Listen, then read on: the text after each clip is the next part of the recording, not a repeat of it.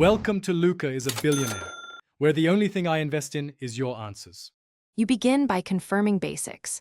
The router is on and broadcasting the SSID, and you have the exact network name and password.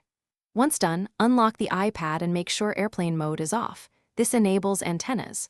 Open Settings, tap Wi-Fi, and wait. iPad scans and lists networks. You tap the SSID you need. I explain why.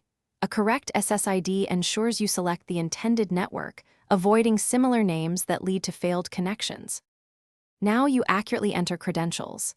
Type the password exactly, including any symbols and capitalization, then tap Join. If the iPad prompts for security type like WPA2 versus WPA3, accept the one offered. This determines encryption and compatibility. Once connected, look for the checkmark and Wi-Fi icon. This confirms authentication and an IP assignment from the router. Make sure Auto Join is enabled so future reconnection. Finish by verifying internet.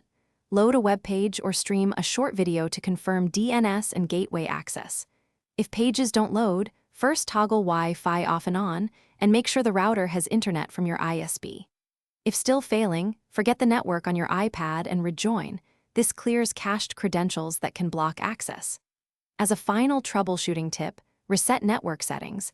This wipes saved networks and returns connectivity defaults, so only use it if other fixes fail.